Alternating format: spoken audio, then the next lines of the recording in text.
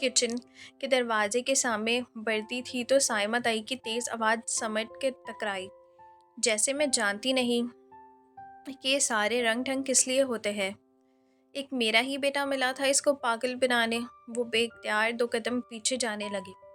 یہ سائمہ تائی کس بارے میں بات کر رہی تھی؟ تبھی میں کہوں بھابھی کہ رضا ہر وقت کیوں حیا حیا کرتا رہتا ہے۔ وہ اب عابدہ چچی تھی، اپنے نام سے چونک کر سی گئی۔ وہ کہہ رہی تھی پچھلی دفعہ جب ہم سلیمان بھائی کے گھر گئے کھانے پہ تو وہ کیسے ناک سر سے تیار پھر رہی تھی، تب سے رضا میرے پیچھے پڑا ہے کہ حیا سے رشتہ مانگے۔ اس لڑکی کو لڑکوں کو متوجہ کرنے کا فن آتا ہے۔ کتنی مشکل سے داور کے دل سے اس کو خیال نکالا تھا میں نے اور فرحان نے۔ وہ آدھی ہی رہ گئی تھی کہ شادی کرے گا تو صرف حیا سے۔ جب فرحان نے سختی کے بھلے سے ایسی باپردہ اور آزاد خیال لڑکی کو اپنی بہو بن کر ہمیں آخرت بگاڑنی ہے کیا، تب کہیں جا کر وہ مانا۔ مگر اب فرحان کیا کروں اس لڑکے کا، یہ تو اب بھی اس طرح ان کانٹوں سے لیس ہو کر آ جائے گی اور فرحان پھر اس کے جانے کے بعد ضد کر لے گا۔ اب میری ایرم بھی تو ہے، مجال ہے کہ سر پہ سے دوپٹہ لیے بغیر گھر سے نکلے۔ سائمہ تائی فخر سے کہہ رہی تھی اور وہ دھواں دھواں ہوتے چہرے کے ساتھ بامشکل دیوار سراہا کے لیے کھڑی تھی۔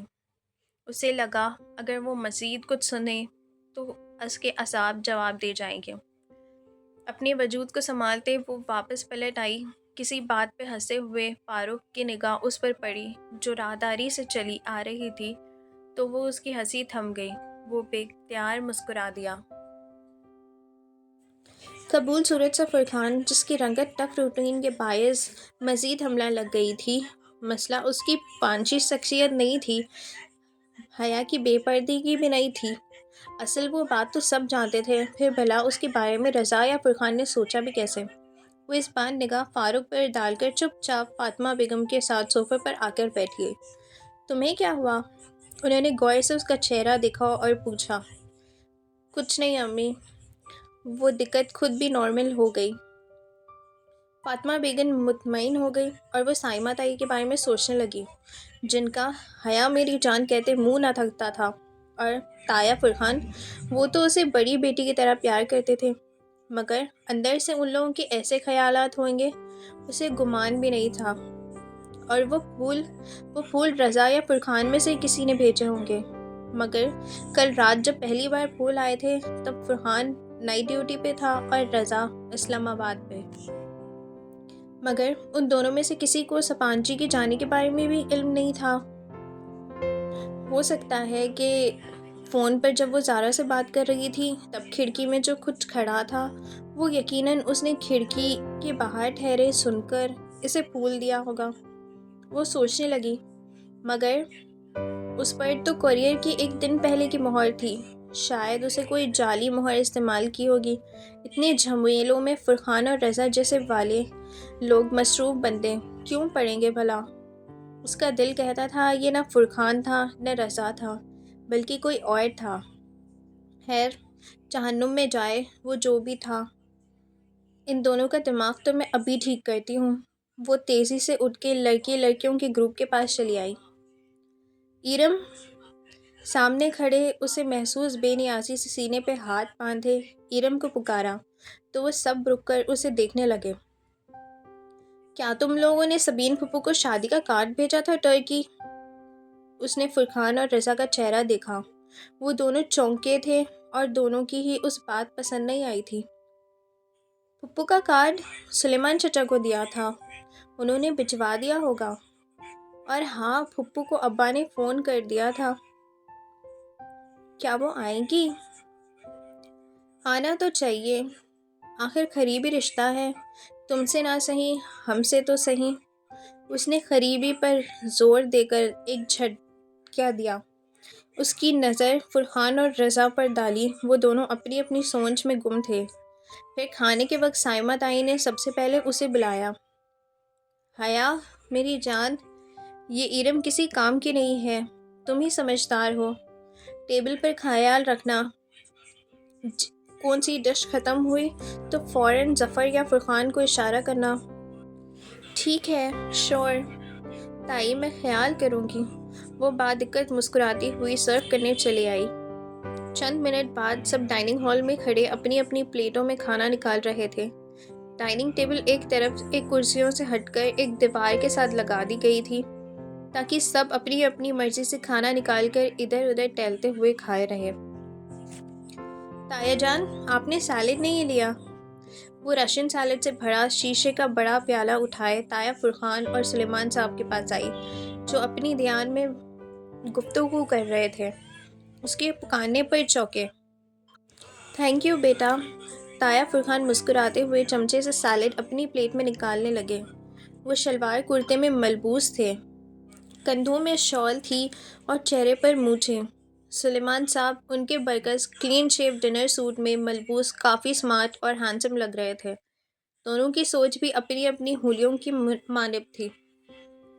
ابا، آپ بھی لینا۔ سلیمان نے سبین کا کارڈ پوسٹ کر دیا تھا۔ تایا کو اچانک شاید اس کی شکل دیکھ کر یاد آیا۔ سلیمان صاحب کا چمچہ سیلڈ میں ہی رہ گیا اور ان کے چہرے پہ کڑواہٹ پھیل گئی۔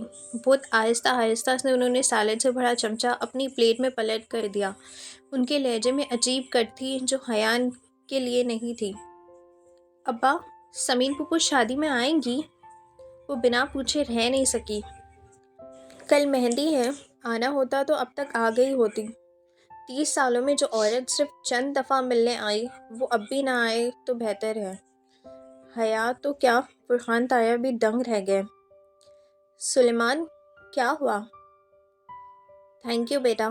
جواب دینے کے بجائے سلیمان صاحب نے اسے مخاطب کیا تو وہ اب تم جاؤ کا اشارہ سمجھ کر سر جھکائے وہاں سے چلی آئی۔ بہت آہستہ آہستہ سیلڈ کا پیالہ میز پر رکھا اور اپنی آدھی بھری پلیٹ اٹھائی، مگر اب کچھ بھی کھانے کا جی نہیں چاہ رہا تھا۔ یہ ابا کو کیا ہو گیا؟ وہ پھپھو کے بارے میں ایسی گفتگو کیوں کر رہے ہیں؟ وہ پھر رک نہیں سکی، اپنی پلیٹ لیے اس سوتن کے پیچھے آ گئی کھڑی، جس کی دوسری جانب تایا اور ابا کھڑے تھے۔ بظاہر اپنی پلیٹ سے سر جھکائے اس نے کان انہی کی طرف لگائے تھے۔ حیا اپنے لیے بیٹے کا پرپوزل دیا تھا۔ سلیمان صاحب نے اپنے دوست اور اپنی کمپنی کے شیئر ہولڈر کا نام لے کر کہہ رہا تھا۔ اس کے ہاتھ میں پکڑی ہوئی پلیٹ لرز گئی، سہم اٹھا۔ یہ کیا کہہ رہے ہو؟ تایا فرقان سطر رہ گئے۔ بھائی، اس میں حیرت کی کیا بات ہے؟ ولید اچھا لڑکا ہے۔ کل مہندی پہ آئے گا تو آپ کو ملواؤں گا۔ سوچ رہا ہوں حیا سے پوچھ کے ہاں کر دوں۔ مگر سلیمان، یہ کیسے ہو سکتا ہے؟ کیوں نہیں ہو سکتا بھائی؟ تم حیا کی شادی یوں کیسے کر سکتے ہو؟ باپ ہوں اس کا، کر سکتا ہوں۔ فاطمہ بھی راضی ہے اور مجھے بھی یقین ہے کہ حیا کو بھی اعتراض نہیں ہوگا۔ اور جہان؟ جہان کا کیا ہوگا؟ کون جہان؟ سلیمان صاحب انجان بن گئے۔ تمہارا بھانجا، سبین کا بیٹا، جسے تمہاری بیٹی حیا کا نکاح ہوا تھا، تم کیسے بھول سکتے ہو؟ جواباً سلیمان نے ناگواری سے سر جھکایا۔ وہ 21 سال پرانی بات ہے اور اب حیا 22 سال کی ہو چکی ہے۔ بے وقوفی کی تھی میں نے جب سمین کی بات پر اعتبار کر کے اپنی بچی کا نکاح اس کے بیٹے کے ساتھ پڑھا دیا تھا۔ کیوں نہ 21 برسوں میں کبھی سمین نے مڑ کر پوچھا اس نکاح کا کیا بنا اور کیا بنے گا؟ زیادہ سے زیادہ وہ 6 ماہ میں ایک فون کر لیتی ہے اور 3 منٹ بات کر دیتی ہے۔ آپ کو واقعی لگتا ہے کہ وہ لوگ اس رشتے کے لیے قائم رکھنا چاہتے ہیں؟ مگر سمین تو سکندر کی وجہ سے۔ تم جانتے ہو وہ الٹے شخص کا انسان ہے۔ کیسے مان لوں مغرور اور بددماغ شوہر کی وجہ سے وہ اپنے بیٹے کا نکاح بھول سکتی ہے؟ اتنے برس بیت گئے، اس نے پھر کبھی اس رشتے یا اس شادی کی بات مجھ سے نہیں کی۔ میں اس سے کیا امید رکھوں؟ مگر جہان تو اچھا لڑکا ہے۔ تم اس سے ملے تو تھے پچھلے سال جب تم استنبول گئے تھے۔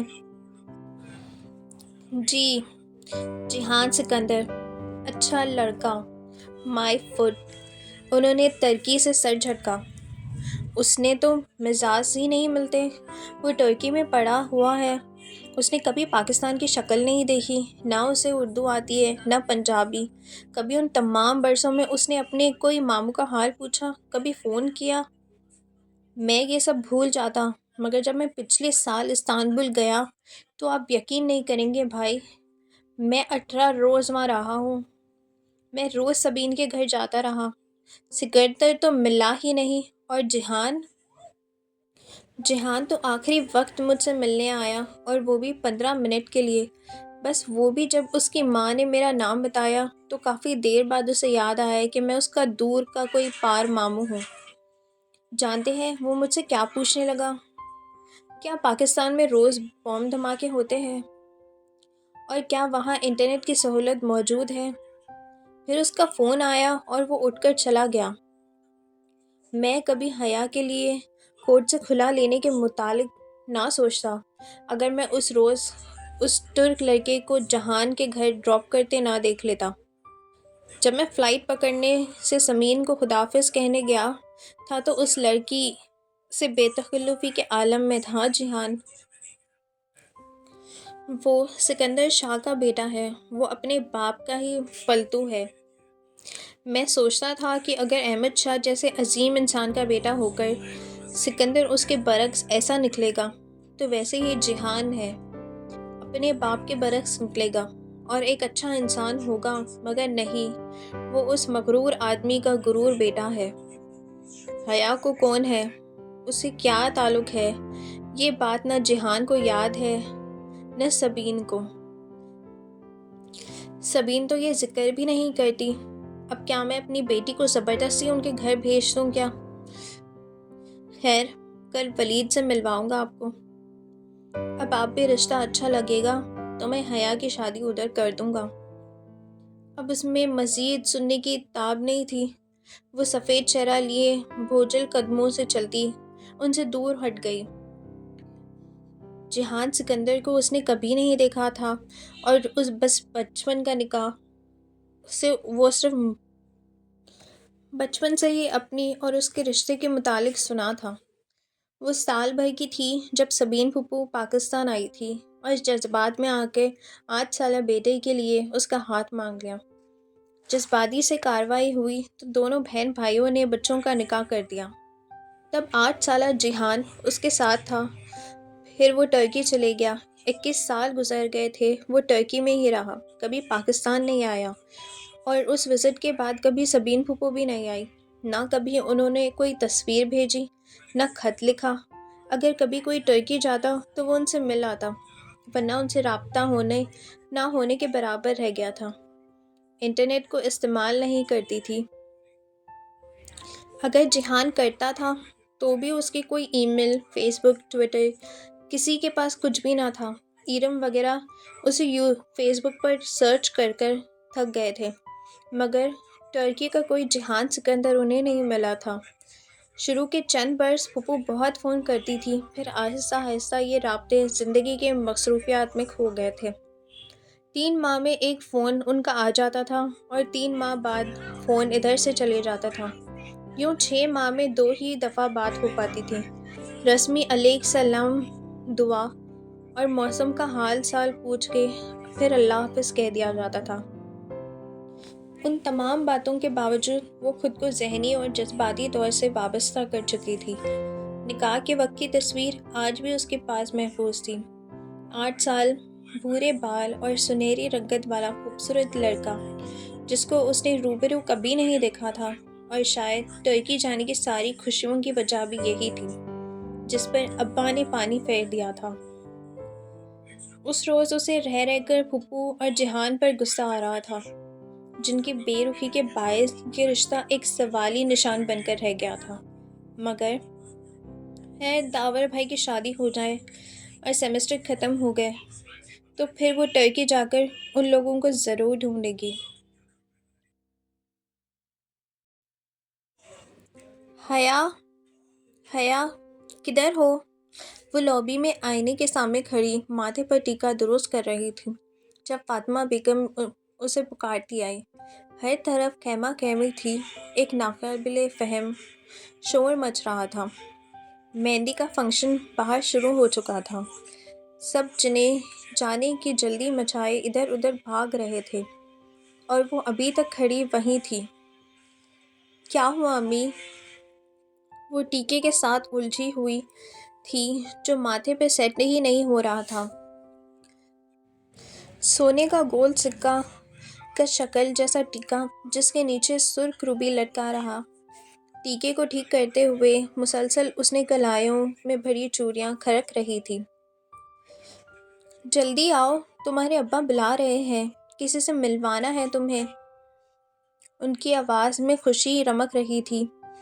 وہ چونک کر انہیں دیکھنے لگی۔ سلکی ساڑی اور ڈائمنڈز پہنے ہوئے وہ خاصی بکاور اور خوش لگ رہی تھی۔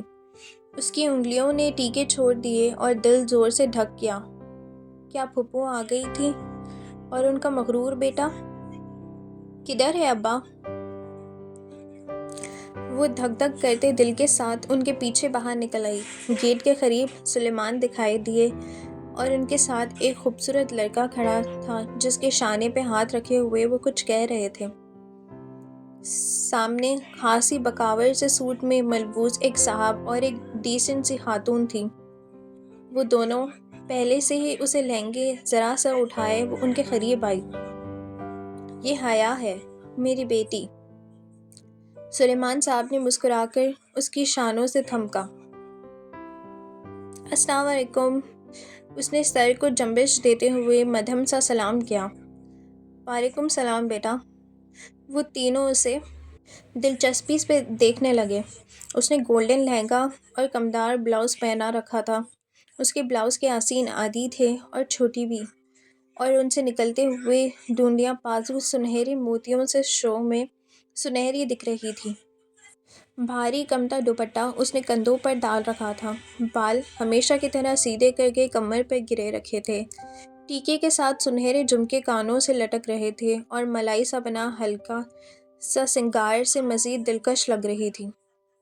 اس نے کاجل سے لبریز پلکیں چبھائے۔ وہ تینوں ستیشی نگاہوں سے اسے دیکھ رہے تھے۔ اور حیا، یہ میرے دوست ہیں امیل لغاری، یہ مہناز بھابھی ہے اور یہ ان کے صاحبزادے ہیں ولید۔ اس کے دل پہ سے ایک بوجھ آ گرا۔ آنکھوں میں سے بے اختیار نمکین پانی بھر آیا جسے اسے اندر اتار لیا تھا۔ Nice to meet you.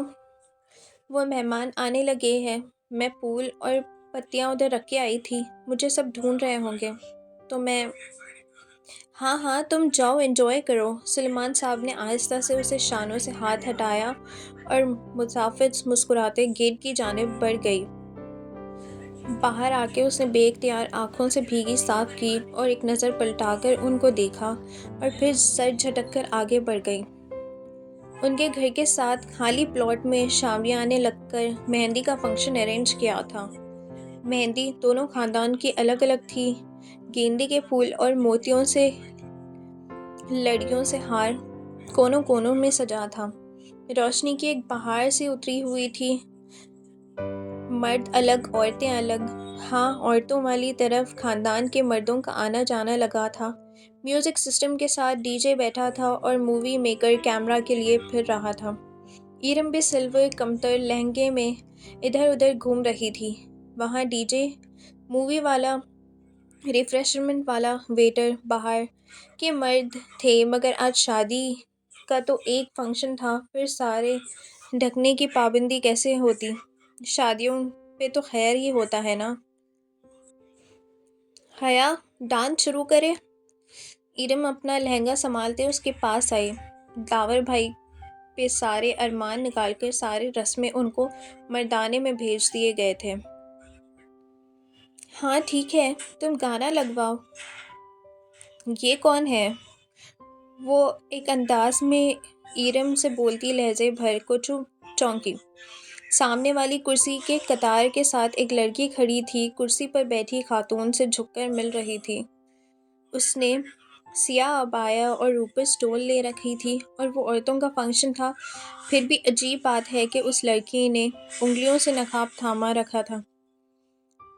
اس کی آنکھیں اور ماتھے کچھ حصے نقاب سے جھلک رہی تھی۔ اس کی آنکھیں میں بہت خوبصورت تھی، جیسے وہ مسکراتی ہوئی خاتون کچھ کہہ رہی تھی۔ کون؟ ایرم سے پلٹ کر دیکھا تو پھر گہری سانس لے کر واپس موڑی۔ یہ ایلین ہے۔ کون؟ حیا نے حیرت سے کہا۔ ایلین؟ ارے بھائی، شیلا بھابی ہے یہ۔ پوری دنیا سے الگ ان کے 1.5 انچ کی مسجد ہوتی ہے، بس توجہ کھینچ کے لیے فنکشنز پر عبایا نقاب میں ملتی ہے۔ اب پوچھو بھلا، عورتوں کے فنکشن میں کوئی پردہ کرتا ہے کیا؟ ہاں واقعی، عجیب ہے یہ بھی۔ اس نے شانے اچکائے۔ وہ ان کے سیکنڈ کزن کی وائف تھی اور سال بھر پہلے ہی ان کی شادی ہوئی تھی۔ ڈی جے نے گانا سیٹ کر دیا تھا، خوب شور ہنگامہ شروع ہو گیا۔ انہوں نے مووی والے کو ڈانس کی مووی بنانے سے منع کر دیا اور پھر ڈانس شروع کیا۔ ایک سنہری پری لگ رہی تھی تو دوسری چاند کی۔ جب پاؤں دکھ گئے اور خوب تالیاں بجیں تو وہ ہنستے ہنستے ہوئے واپس کرسیوں کی طرف آ گئی۔ السلام علیکم شیلا بھابی۔ وہ لڑکی بھی میز پر موجود تھی۔ میوس، سیرش اور ثنا اپنی امی کے ساتھ وہیں تھی۔ ایرم اور حیا نے فوراً سلام کیا۔ وعلیکم السلام، کیسی ہو تم دونوں؟ وہ مسکرا کر خوش دلی سے ملی۔ ایک ہاتھ کے 2 انگلیوں سے اس نے ابھی بھی نقاب تھام رکھا تھا۔ بالکل ٹھیک شیلا بھابی، نقاب اتار دے۔ ادھر کون ہے؟ شیلا نے جواباً مسکرا کر اس بات میں سر ہلایا مگر نقاب اسی طرح پکڑے رکھا۔ ماشاءاللہ، تم دونوں بہت پیاری لگ رہی ہو۔ وہ بات کرتے کرتے ذرا سی ترچھی ہو گئی۔ حیا نے حیرت سے دیکھا، شاید اس طرف مووی والا مووی بنا رہا تھا، اسی لیے۔ عجیب عورت ہے، اتنی بھی کیا بے اعتباری۔ ہماری فیملی مووی ہے، ہم کون سا باہر کسی کو دکھائیں گے؟ حیا بڑبڑائی۔ پھر وہ جلد سے معذرت کر کے وہاں سے چلی گئی۔ اس میز پر عابدہ چاچی بھی تو بیٹھی تھی اور کل ان کی باتیں سننے کے بعد اس میں اتنی ہمت تو نہیں تھی کہ وہ عابدہ چاچی اور سائمہ تائی سے ہنس ہنس کر باتیں کر سکتی۔